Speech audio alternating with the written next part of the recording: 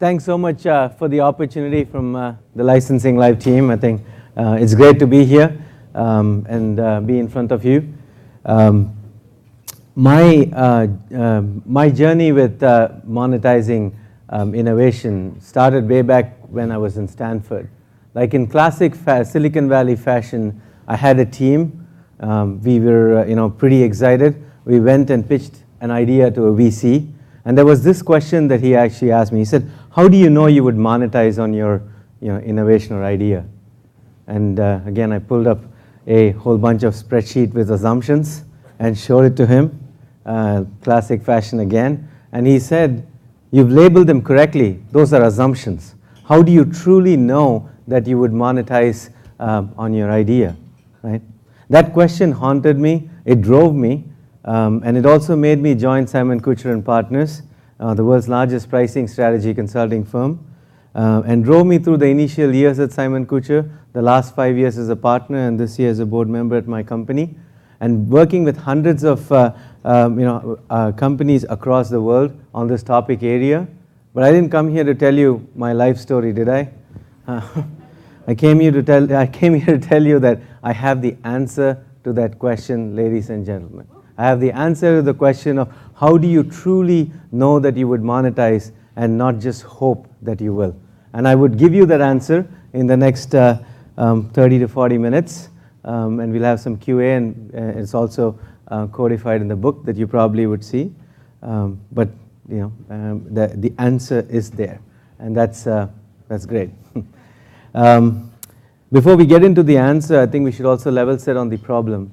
What are we actually talking about, right? And to understand the problem of innovation and monetization, we need to understand the typical approaches that companies take when they build products and they try to monetize, right? So this is best illustrated by what I call a tale of two cars, right? The first car in my story, or in our story, is from Porsche, right? Back in the 90s, they were developing, they wanted to develop some new cars because they were driving off a financial cliff. If not at 200 miles per hour, pretty damn fast, right? They needed to do something different. Like most companies, they needed to innovate to survive, and the core need was there. And they came up with this idea of an SUV. An SUV for Porsche, that simply didn't make sense. I mean, they're known for the 911s and everything else. But they wanted to see if that idea had legs. And what they did was fascinating.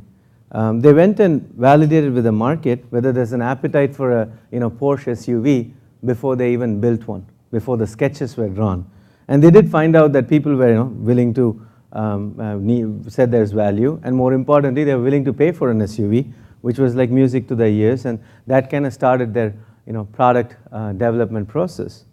And the way the product development process went was every single feature that went into the Porsche SUV was tested with customers to truly see if they needed it, did they value it, and more importantly, were they willing to pay for it, right? So there's things like, for instance, 6-speed manual transmission. That's what Porsche was known for back in the days. Did not make it to the SUV because the customers did not want it, did not need it, did not value it, and more importantly, didn't want to pay for it. Things like a big cup holder, which goes against the grain of most German engineers, was in, right? Because people wanted it, which is interesting. And on it went. And no amount of convincing by engineers made any difference. It was what customers actually said or felt that what they needed or what they valued. This was the story of one of the cars. The story of the other car is from Fiat Chrysler. And Fiat Chrysler was in kind of similar situation back in 2013. They wanted to enter the compact and pretty much own the compact sedan marketplace. I mean, something that they had done before in the past. And they wanted to resurrect the Dodge Dart from the glorious days, and they wanted to bring that to market. And there was a lot riding on this particular car, and the CEO, Sergio Marchionne, actually said that if there's one car that I would get wrong, it ain't this one, because our future rides on it, right? And the innovation process for this car was drastically different from the Porsche. And there is a commercial that Dodge Dart released, which we can probably see next, and then resume the talk. Can you play this?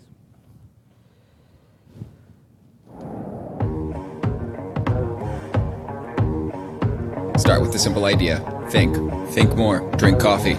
Stop thinking. Start doing. Hatch a design. Kill the design. More coffee. Design something totally original. Okay, not that original. This original. Now it's time to make something. Do it again. And again. That's good. Kick out the committees. Call in the engineers. Call in the car guys. Call in the nerds. Not those nerds. Those nerds.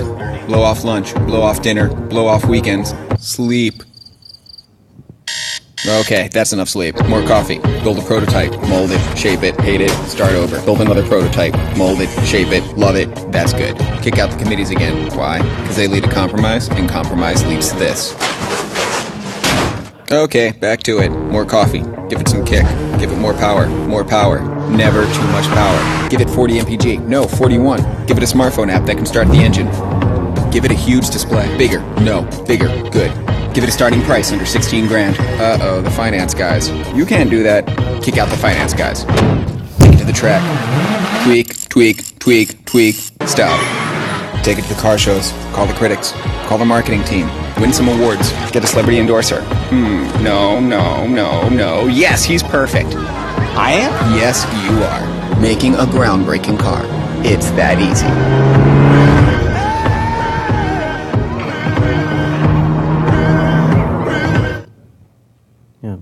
So that was Dodge Dart, and they started with the same kind of excitement that Porsche started. They had a new idea, they wanted to innovate, but the innovation process couldn't have been drastically different. Like you saw in the video, it was more about build it, design it, destroy it, build more prototypes, perfect it. Perfection was defined by the engineers, right? Perfect it, and then they had this slap the price, throw it in the market, and try to monetize on it. If you fast forward to today, the fate of those two cars couldn't also be more different.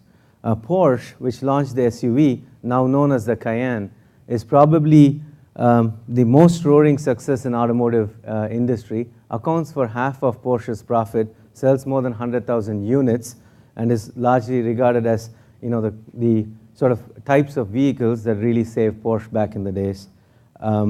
Dodge Dart, in 2013, they came out in the market.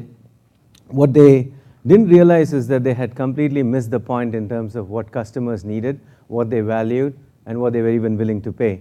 And even the first set of Dodge Dart had, like, in the first entire release, had only manual transmission. How many of you drive a manual transmission? This is a highly biased crowd, but still it's just 10%, right? California. So, but it's still 10%, right? The point is, that it was defined by perfection by engineers, but not necessarily, did not appeal with customers. And at 2013, MarketWatch called the Dodge Dart the second biggest innovation flop of that year.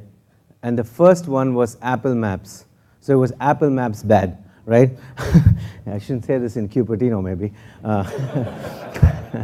Of course, I mean, we can always have some jokes on Apple sometimes. And when we wrote this book a couple of years back, we actually called it and said that, okay, this type of innovation process is the one where you're hoping to monetize, and you truly don't know if you will. You might succeed, you might not, but you're kind of doing it based on perfection as you define it, put it out in the market at a price point that you think makes sense, and you hope that the customers would accept that price point. But we thought that this was not going to work out, and even we didn't know how much it wouldn't work out. Last month, Fiat Chrysler wrote off the entire line of Dodge Darts, and they're going to stop producing it, right? I mean, it's not a super great outcome, but it is what it is, right? So as Simon Kucher, in 2014, we launched the world's largest pricing study, and we really wanted to get to the bottom of, like, how prevalent is this problem of, like, monetizing innovation per se. And we asked, and this was across 1,600 companies. 40% of people who were taking this study were CEOs, and across 40 countries. And we asked people, are you in some sort of price compression? 80% of them said they were in some sort of price compression, right? We asked them, are you in a price war? 60% even said they are in a price war. Then we asked them who started it. 90% said the others started it, right? 90% of them always think that it's the others, which is statistically impossible, right? But we asked people, how do you get out of this price compression? And we had like a long list of things from building new products, revenue models, a lot of stuff. By far, the number one way that actually came out in terms of getting out of that price compression was to innovate. Innovate, bring new products to return back to glory days, right? That was the number one way that people said that they are trying to circumvent the whole price compression. And then we asked them a simple question. We said, in the last 3 or 5 years, how many of your products actually met revenue or profit targets, or actually even succeeded? Stunningly, 72% of innovations did not meet their revenue or profit targets or failed completely. 72%. And that's a pretty staggering number, right? I mean, and it's not just us saying it. If you actually look at literature out there, there's some Harvard Business Review articles which say that 8 in 10 startups would fail. The Product Management Association came out with their own number saying that about 67% of companies actually bring products that fail, or 67% of innovations fail. If I take 67% and 80%, I'll probably land up somewhere near 72%, like triangulate to that. It's a similar outcome from multiple studies. But I didn't come here just to scare you with 72% fail. The good news is they only fail in 4 ways when it comes to monetizing innovation. And this, we look back at thousands of projects that we've done for our clients and everyone else, and just kind of trying to identify patterns of how new products actually fail from a monetization standpoint, and it was just 4. And that's good news, because if it was like millions of combinations of ways that they can fail, then you probably need to, it's really hard to identify what the root cause is, and you guys have a day job, right? So it's only 4 ways. Let's look at what those 4 ways are. The first way monetizing innovation fails is what I call as a feature shock. So these are products that are over-engineered, over-featured, have a lot going on, often unwanted stuff, and nothing stands out for the customer. And at the end of the day, it does not resonate with any particular segment. It's a bit of like throw everything into a product and build it for the build it as a one-size-fits-all kind of product. In those kind of situations, the entrepreneur or the company would have been probably better off by versioning those products into different products to different segments based on what segments, customer segments need, what they value, and what they're willing to pay. But often, in their excitement to build products, they throw everything into one product and sort of try to sell it to the market. I mean, if you hear things like, let's just add this in, our customers don't know what they want, put this, this is awesome, and we should build this, you're probably on to building a feature shock, right? An example that we talk about in the book as well is like Amazon Fire Phone, right? Amazon, obviously a great company known for all kinds of great innovation, but when it came to the Fire Phone, it was loaded with so many features, and often features that were over-engineered or stuff that people did not want. One of them was like there were 4 cameras that could track your eyeball movement, so that you don't need to wear 3D geeky glasses and you can see 3D perspective, and these cameras track your eyeball movement. Sounds great in theory, but people were not necessarily willing to pay for some of those kind of features, or did not need it. Amazon Fire Phone started at $199, in 4 months was 99 cents, and they wrote off the entire business by the end of the year, right? So it's a lot going on, but at the end of the day, did not necessarily resonate with anyone in particular. Those are feature shock. The second way innovations fail is what I call as minivation. And minivation are products that are the right product for the right market, as in they're the right product market fit, but the entrepreneur or the company did not have the courage to charge the right price. And the worst kept secret in the room is that everyone knows that they could have done better when it came to monetization, but they simply didn't, right? Classic example of this is one of the semiconductor companies. They came up with this, chip which was game-changing, and the previous generation of those chips were like priced at like 65 cents, whatever, 65 cents, right? So they knew they were onto something totally unique and awesome. And there was no parallel from any other company, as in they were the only ones kind of really owning this IP and technology. And they wanted to undo Moore's law, right? I mean, of course, they were coming up with something great. And so they priced it at 85 cents. And they're just like really happy that they, undoing Moore's law, 85 cents. This makes a lot of sense. And, the product was the right product for the right market fit. There were a lot of, consumer electronics and other kinds of industries that really needed this chip. And they bought it in volume, so they kind of celebrated as success. But the worst kept secret again in the room was that they knew that they could have done better, right? And when they commissioned a sort of diagnostic postmortem to really understand was there any money left on the table, what they found out was that their customers were charging consumers such as you and I close to like $50 because of this part and the functionality that it actually delivered, right? 85 cents out of a $50 of economic value generated, that's not pretty fair. I mean, they could have easily pushed to about $5, and that's kind of what even their customers said. They could have, yeah, of course, if they'd said $5, we didn't have an option, we'd have given it to them, but it was 85 cents, right? Those are like minivations, products that are the right product for the right market, but you simply didn't have the courage to charge the right price.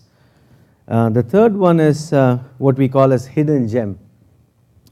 These are products that kind of go against your grain or DNA, and you didn't spend the time to actually bring it to market because you're just simply uncomfortable with it. Hidden gems often happen when there are points of inflection, when a hardware company tries to do software company tries to do hardware, offline company trying to go online, etc., right? Because it just goes against the grain of your company. I mean, one of the companies that we walked into, they were a hardware manufacturer of all kinds of equipment. They made software, and they said, oh, there's no cost for this. This should be free because they're used to the cost plus mentality in the hardware. So they didn't know how to harness the hidden gem. When we talked to their customers were like, it was a joke in some ways that as long as that software exists, I mean, we would have even paid millions of dollars for it, but God bless the client, whatever, right? I mean, so they had to change it, but they didn't really understand how to harness that hidden gem, and they were kind of giving it away. Another classic example is Kodak. Does anyone know when Kodak had the technology for digital photographs? 1971. Okay, 1971, but they did not harness the hidden gem. They were even worried about cannibalizing their print business, kept it on the shelf, hidden, and the rest is a bit of history. There are a lot of companies that have actually done the right way for hidden gems. For instance, companies like AutoTrader or Cars.com, they actually came from the Detroit or the Chicago Tribune kind of thing. I mean, the newspapers, and back in the 90s, the newspapers realized that the whole digital wave is important, and they built marketplaces for dealerships and consumers to actually interact with each other rather than just do the usual dealership advertisements and classifieds. They really harness that hidden gem, and these companies are like multi-billion-dollar companies today, right? The fourth way that innovations fails, and this is probably always entertaining, is called the undead. And in classic science fiction sort of fashion, these are products that you simply shouldn't have built. They come back to haunt you, right? And they come in two varieties. Either they're the wrong answer to the right question, or they are an answer to a question no one cares about, right?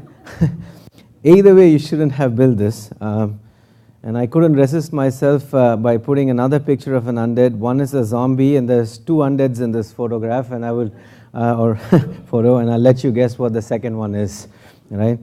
Traveled a really long distance, and no one needed it to move from point A to point B. People didn't care about it.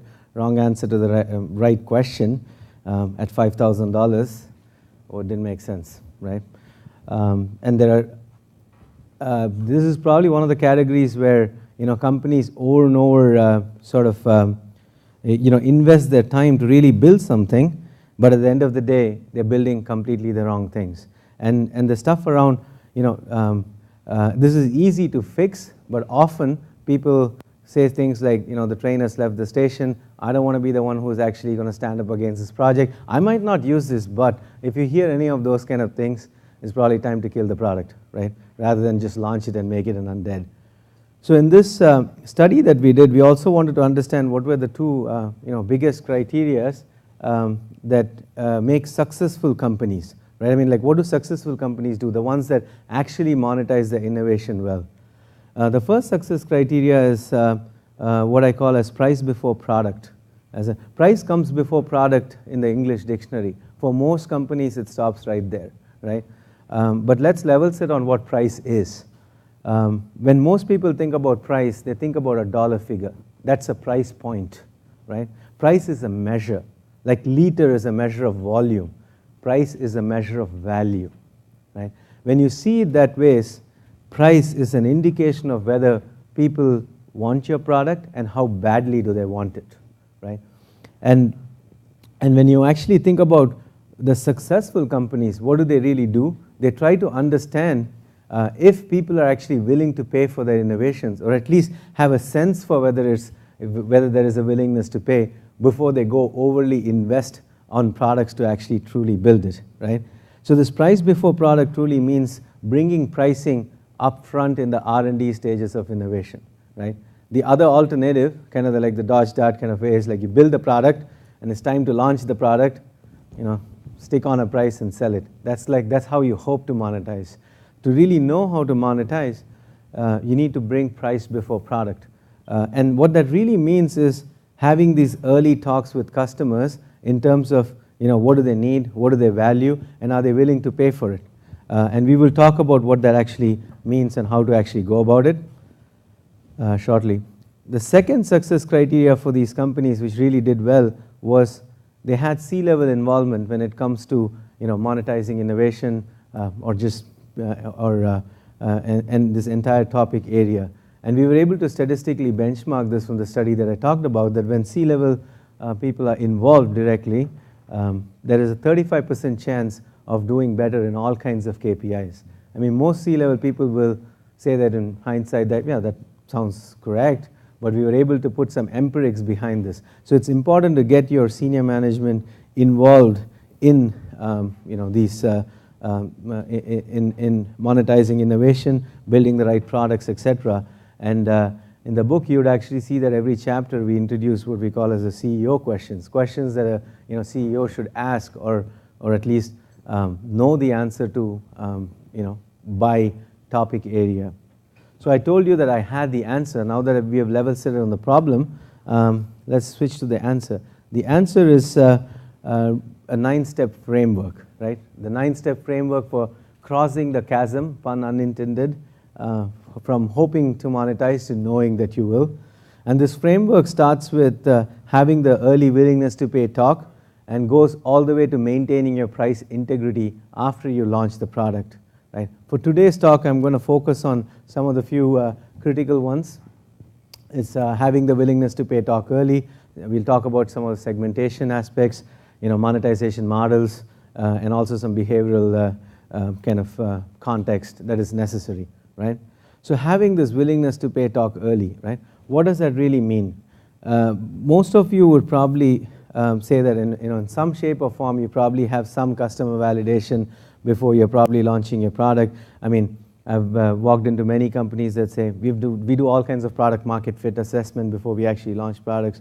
And I ask them this question. I mean, think about it this way. I'm drinking this coffee, right? If someone comes and asks me, do you like this coffee? I would say, yeah, it's good. Do you like it at $20?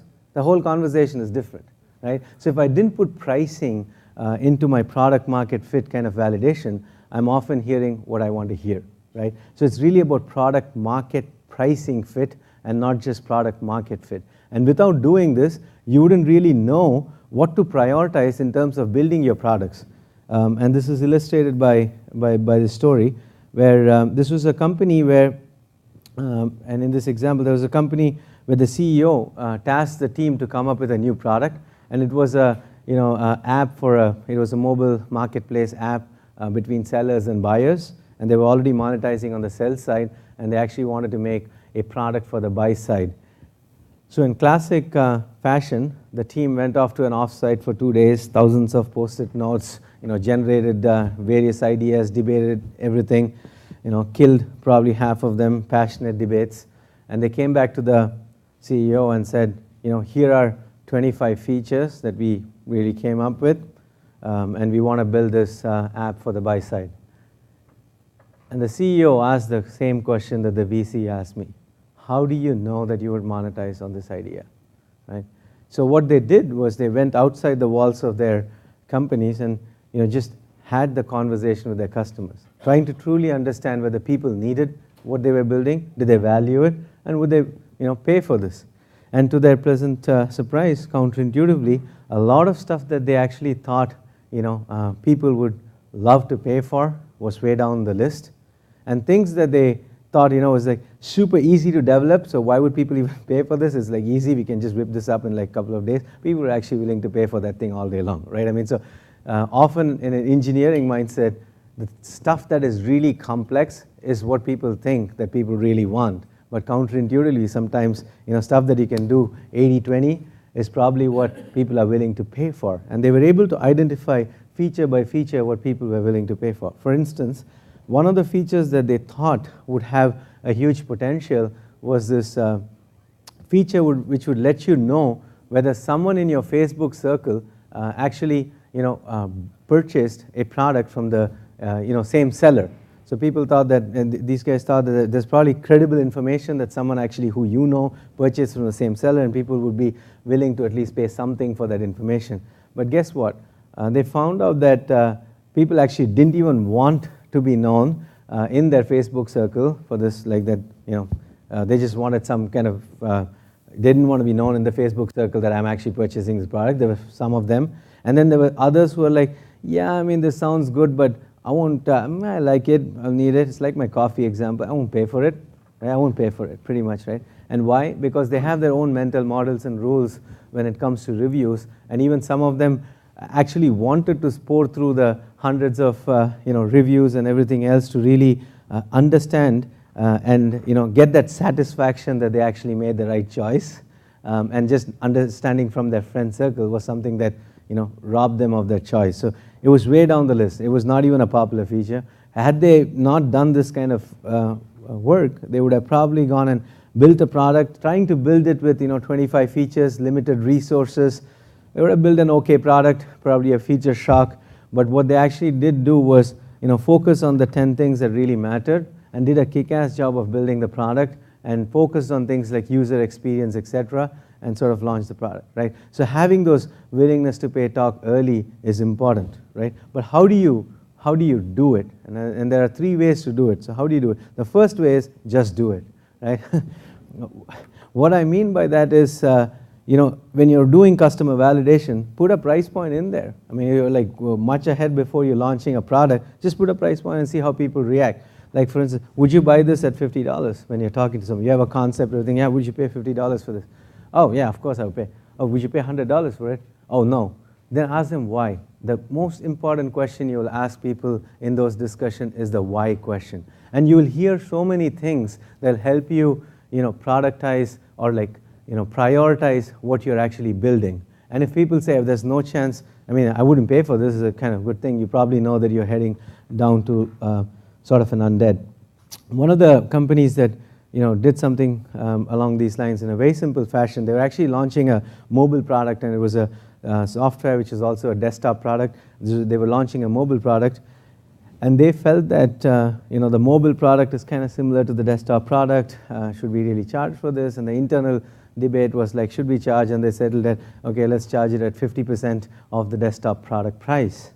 And the CEO said, no, let's just go and find out if people are willing to pay more. And then, to their pleasant surprise, they just, would you pay for they just had the same conversation. Would you pay for this idea? And what they found out was, when they described the idea well, people are willing to pay 150% more than the desktop product for that particular mobile product, right? 3x more than what they would have done. Great success story. They launched it at the 3x price. And in fact, they also did things like, build some mobile-only features to like sort of slightly fence off the different products, but they were able to tap into an entire market because there was this perception that the mobile product was delivering much better leads in this particular case compared to like a desktop product, and there was an inherent value that people actually attached with it. And if they hadn't tapped onto it, they would have done a minivation and just launched the product at a price that they thought was the right price, right? So the first way is to just do it. And the other way to actually also have the just do it conversation for many of you who are in software in the room, is to even have describe your products and say, relative to another product, SaaS product that they might have, how much value do you think our product would bring to the table? Relative to the price that you have for another SaaS product, what price should we charge? And that's it. You're just anchoring people on what they already own. And then you're still trying to understand relative to that. For instance, relative to Salesforce, how much value do you think we will add?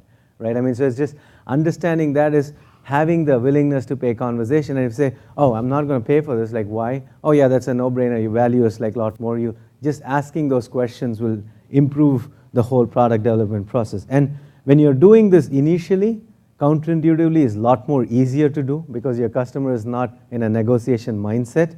And all you're trying to understand is there a broad range of willingness to pay? It's not about precision, right? Because when you start building the product and come close to like, launching it, you can then go and do some more fancy optimization to really figure out what the true price point should be, etc. But you're still trying to identify at the early stages, is there an opportunity for this product? What segments might need it? Are they willing to pay for it? And what is the business case for it, right? So that's the first way to do it. The second way to do it is to ask the direct question. And I often I get asked this question about if you just go and ask a customer, what would you pay for this? Wouldn't you get garbage back? I'm like, yes, if you ask it that way, you will get garbage back, right? The smarter way of asking that question is to break it down a bit, right? So if you put a concept or an idea or a product or a prototype in front of someone and say, after you describe the value propositions, and that's important, right? You describe the value, the benefits, like what pain points you might solve for the customer, etc. After you go through that process, you ask them, what do you think is an acceptable price for this product? Right? We all love to negotiate with ourselves, whether we want to admit it or not. People will lowball the answer. That's okay. We get that. Clock the answer and ask them, what do you think is an expensive price for this particular product? And then forward it on to like, what do you think is a prohibitively expensive price? And we've asked these kind of questions for like thousands of our clients in a simple fashion. Even when we do validation for the innovations, and what we found is that when people say acceptable, it's a price that they would gladly pay, really low friction. They love the product because of the price as well. And if you're probably in the growth area, being around acceptable is okay. Expensive is the price that they will pay. They don't like you, they don't hate you, but typically it's the price that is aligned with the value that you're delivering. Prohibitively expensive is where you will get laughed out of the room, right?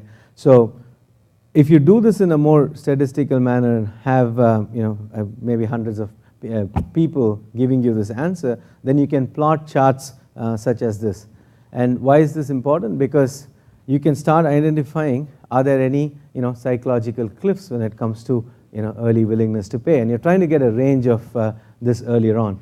So the acceptable curve goes down because as you increase price, less and less people find the price acceptable. The expensive and prohibitively expensive curves go up because as you increase price, more and more people find that price expensive or prohibitively expensive. But when you notice that around $50, $100, and $150, etc., there are these cliffs in these sort of curves. What that really means is when you cross, let's say, $49.99 to like $51, suddenly people find that this price is actually expensive, or 30% more people find that price not acceptable, right? Identifying these things are important because what it tells you is that's sort of at least where people perceive the product to be, and then can you productize around that information, and what can you actually deliver around those price points that would actually make sense? Is a totally different way of thinking about building innovations than build something, slap a price, and sell it, right? And the more you actually do this, the more chances of success, and kind of like what the Porsche and other companies actually did. The third way to actually do this is to have the indirect questions, right? So this was a SaaS company that we had worked with. I mean, the first thing that we actually did is we asked their prospects and customers, like, given this lineup of products, what would you actually do, right? This is very akin to like a real life situation. It's like almost like landing on your web page and kind of seeing all kinds of plans and what would you actually do. And we're not asking any customer like what price, just what would you do. So in these things, they could choose any of the product, or they could choose something like, no, I wouldn't choose any of these products, right?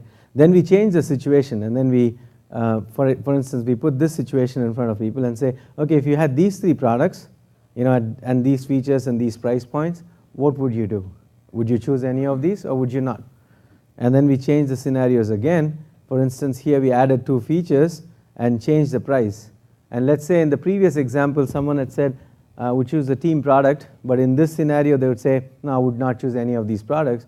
You're already understanding information that the incremental value that these 2 features added was not compensated by the increase in price that you actually put in these 2 scenarios, right? So what you're really trying to do is indirectly ask people how they would choose, but tap into their mental models and rules on how they actually make decisions and what drives decision making, right? This is the more sort of advanced way of actually doing it, which is asking the indirect trade-off questions and simulating real life situations and product market fit kind of conversations, right? So that's having the early willingness to pay talk. And again, it's important to get the broad range right and then hone it as you go in. Without that, you have no clue as to whether people even have a willingness to pay in the first place. The second step in the framework is truly understanding segmentation. And what I mean by segmentation is when we talk to companies and others, I mean, they're like, oh, we're not sure whether we have customer segments, etc. Let me tell you this. There is not a single market that has homogeneous customers. There's always a heterogeneous preference. We have not found a single market which is homogeneous in their preference. I mean, take the water that you drink, right? In the fountain, it's free. Put it in a bottle, it's $2. Put gas in it, it's $2.50. Throw it in a mini bar, it's $5. It's the same water, just packaged differently, right? There's always people who need something differently, value things differently, and are willing to pay for it differently, right? Most marketers understand the concept of customer segmentation, but when we try to benchmark this, about 50 to 60% of companies have some sort of segmentation, right? Or claim to have some sort of segmentation. Only about 15% of those had actionable segmentation. And why is that? Because people do segmentation often wrong, because they build a product and they're like, okay, how do I position this to 4 or 5 different markets? And then there's the marketing and the sales guy's job to take the product and do some spin-offs and stories and like highlight which value propositions might resonate with which market, and you're coming up with 5 messages to sell the same product to different segments. But by then it's pretty late, and often demographics and all kinds of identification variables are used in segmentation, which is also wrong. Let's take a fun example of how this happens and how not to do it. Right? I mean, if you think of a person who is like 67-year-old, born in the UK, married, 3 children, has a castle, and is super wealthy, most of you thought about Prince Charles, but that also fits Ozzy Osbourne, right? I would probably go on record saying that Prince Charles and Ozzy don't really have the same needs. They probably value things differently, and their willingness to pay is actually probably different too, right? Their tastes are different. So if you just base your segmentation on demographics, you probably just got it wrong. The right way to do segmentation is to do it based on needs, value, and willingness to pay. And that is the only way to do segmentation that is right.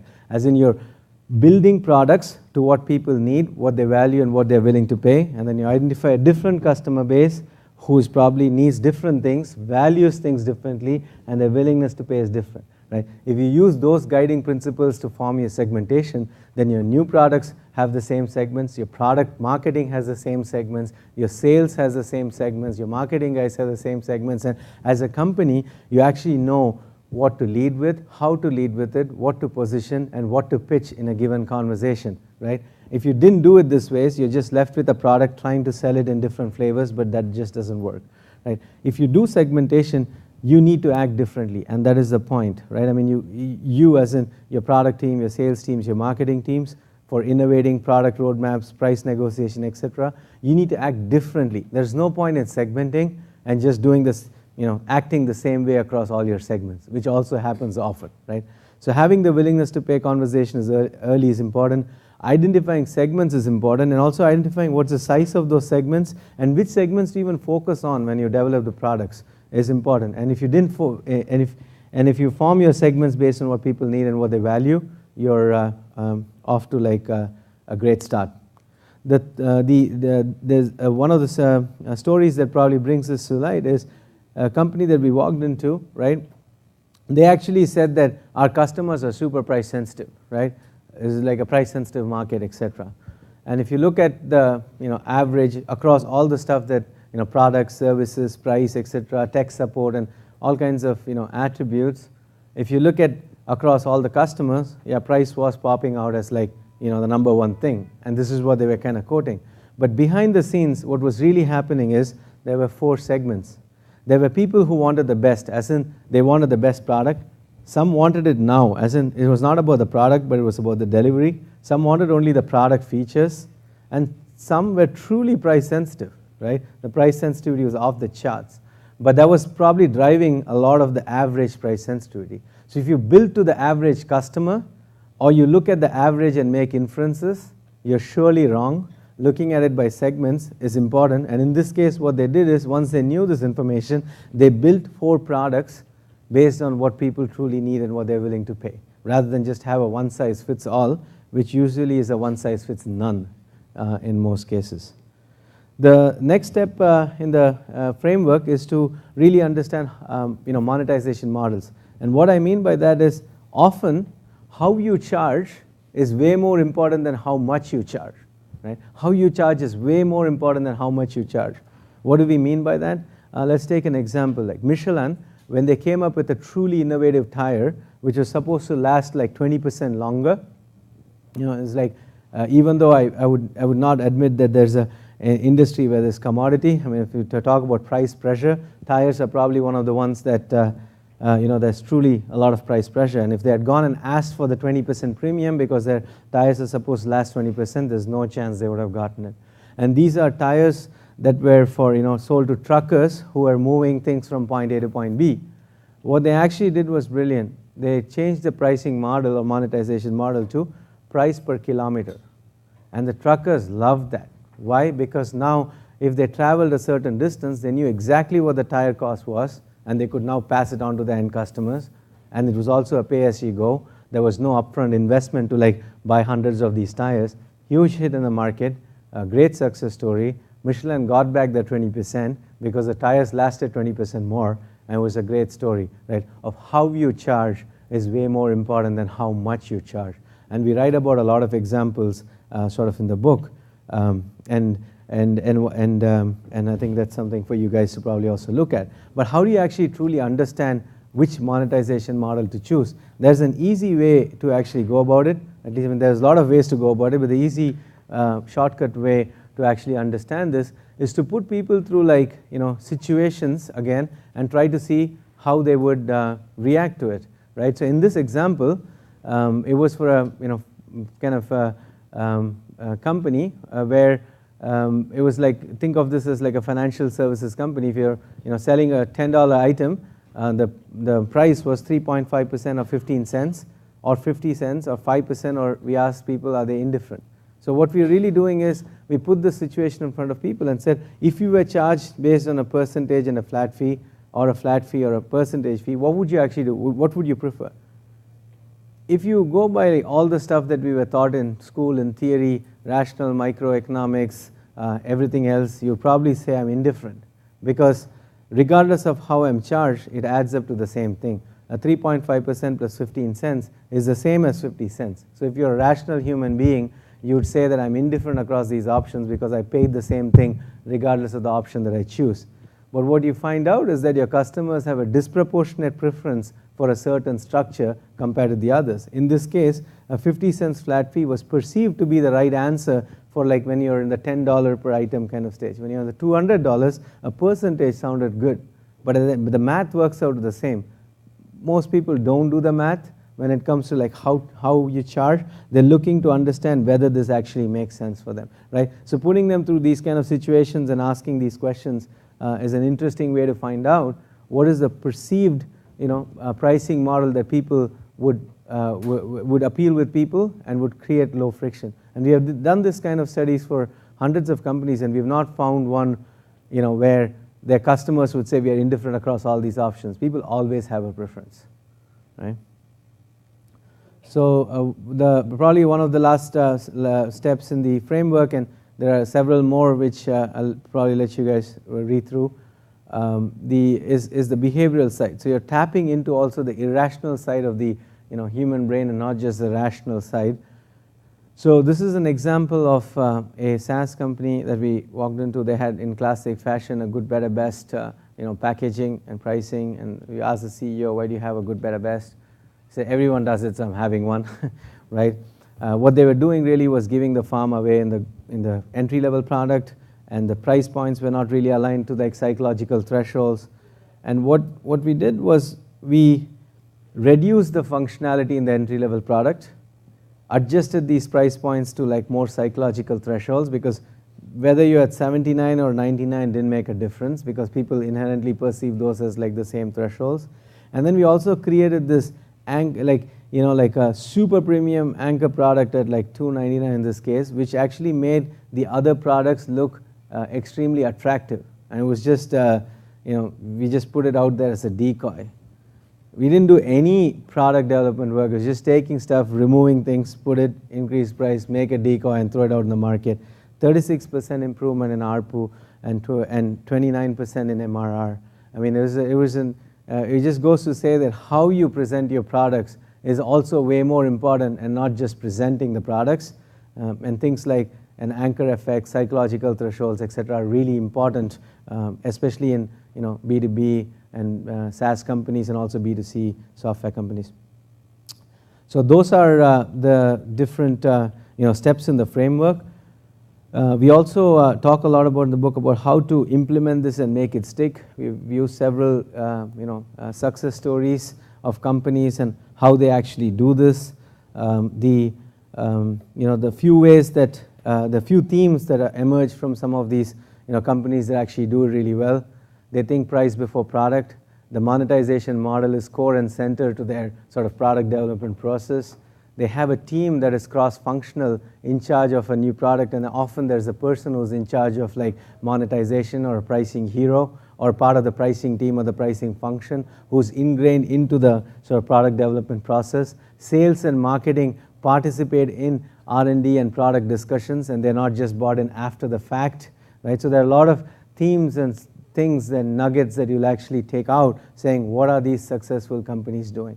And ultimately, the C-level people are also involved in these kind of companies, right? And to truly implement this kind of design the product around the price kind of framework, you really need to change. And change is not hard. I mean, I came to give you the answer, and I gave you the answer.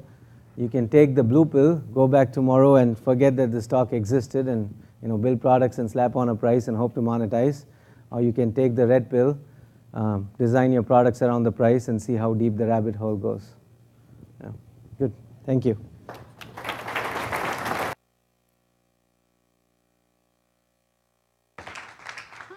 Maybe we should open up to questions. Do we have a few minutes?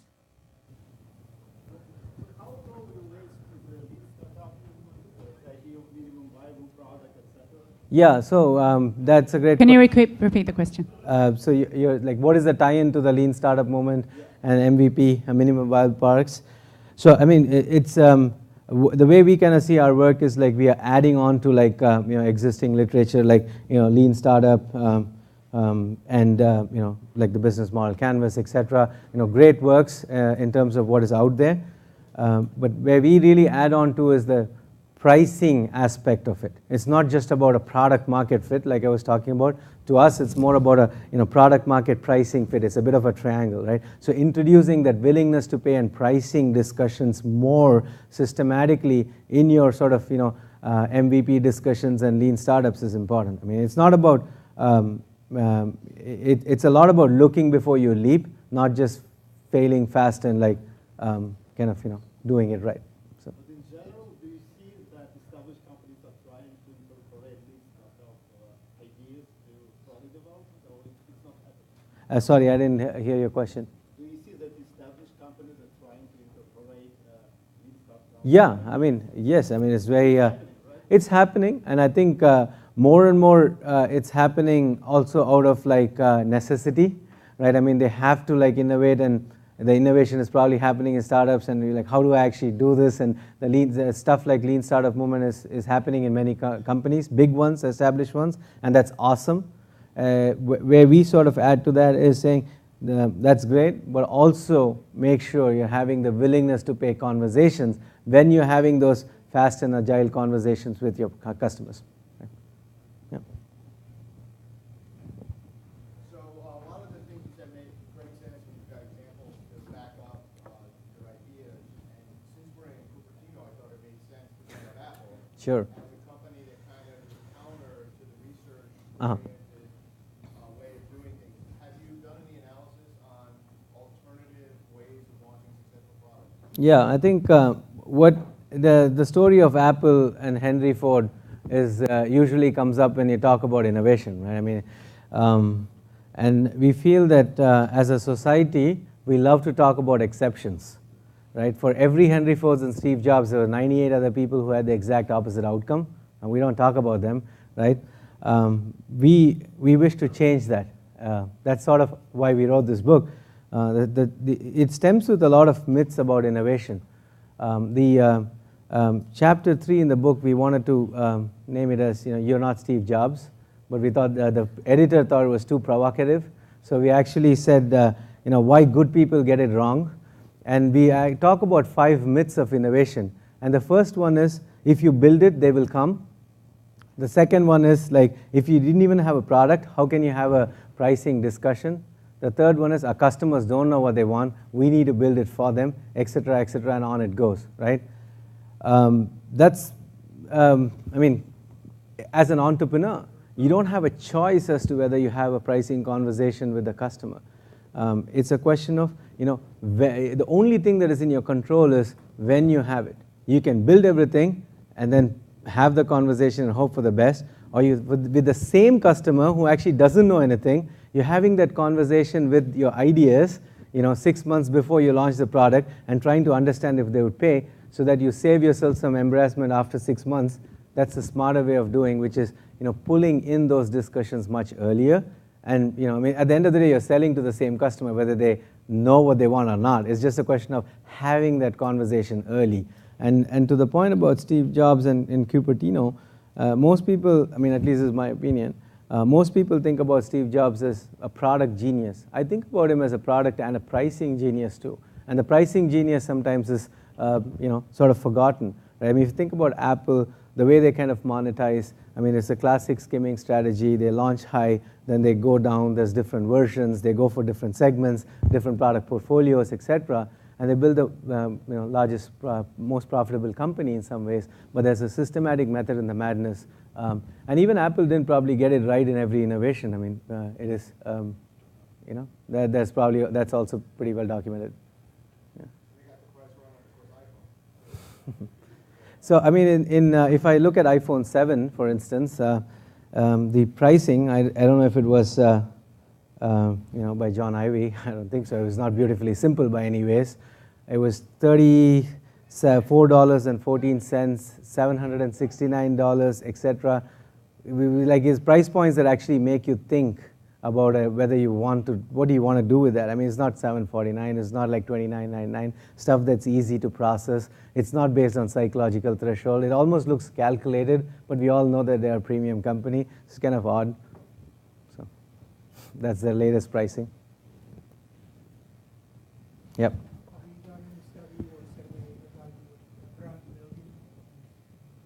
Sorry, I can't hear you. Brand what?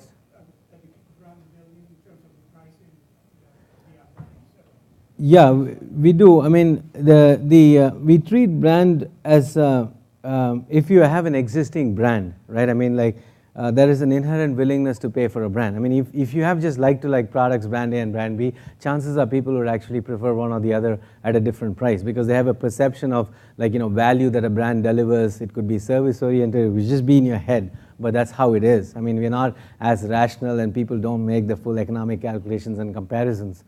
The way to actually go about testing brand equity or brand, what does brand even stand for, is to treat it as yet another, buying decision, just like a benefit that a product builds, not features, benefits, brand, service benefits, product benefits, brand, and then price. And that comprises a product, and treating it that way. And when you're doing all these studies, incorporate brand and switch brand in and out. And then you'll actually start understanding that by putting in brand, people were actually choosing products with a higher price or lower price kind of thing, and what does that actually mean? So it's very much in the same framework. It's just that we didn't squarely focus on that particular topic. You suggested a few persons to having the willingness to pay. Yeah. Conversation early on, right? And I think one of them is what looks like conjoint analysis, where you got, Sure. Trade-offs. So I guess my question is, when you look at B2B companies, which of those options do they normally tend to go with? Because I find that doing the conjoint analysis, B2C companies do it really well. They have access to large sets of data that use, but B2B companies don't have that large sets of access to customers and things like that. So I'm wondering how B2B companies, or which one of those options. Yeah, I think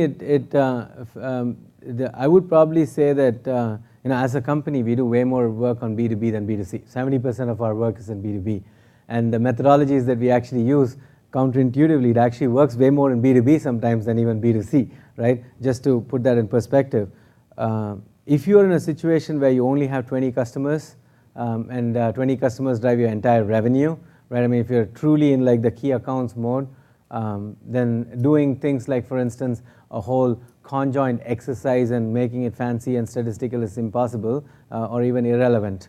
But even then, in those situations, putting people through trade-offs is a very valid discussion, because what you're really doing is having the sales conversation 9 months or 1 year before you're actually showing them the product with just the concepts. And people are not in a negotiation mindset, so they give you more objective feedback. So when a salesperson sits and says, hey, look, we are developing products, these are some options that we are going to come up with, and these are roughly the price points. What do you think? Okay, if the product was this way and pricing was here, what would you do? Right? Which is like having the conjoint trade-off kind of questions, but you're not going in for statistical inference, but you're asking these questions early, because based on what people did, you're asking them, why did you do that? And that often gives you way more advantage in terms of understanding this, rather than just showing up to the negotiation and preparing in your taxi ride, right? So I think it actually works. Some of the simple direct questions often work in those kind of situations, but in majority of B2B companies, there is a key account strategy, and there's also a strategy for the broad base of accounts, right? I mean, you have probably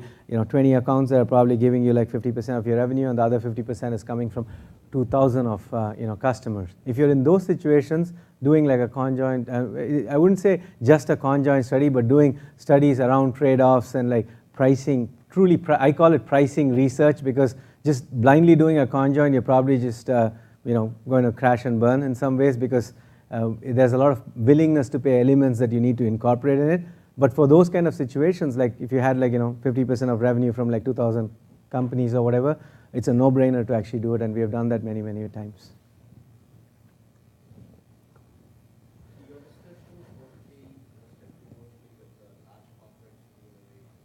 Uh-huh.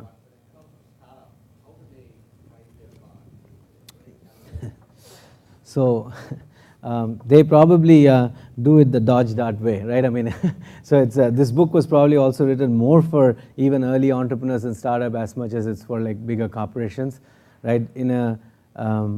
We've had a lot of success doing this in startups, and increasingly we're also working a lot with early stage and startup companies, because that's where innovation is happening. And some of the people who actually did it already came back and are saying that designing the product around this information is critical. One of them increased their revenue 3x compared to what they were actually doing, simply by reorienting their products and building products for specific segments based on what they're willing to pay. Before that, they were just building one product. The CEO thought that the price was like this, they throw it, and they were like trying to see what happens, right? I mean, so it gave them a lot of focus.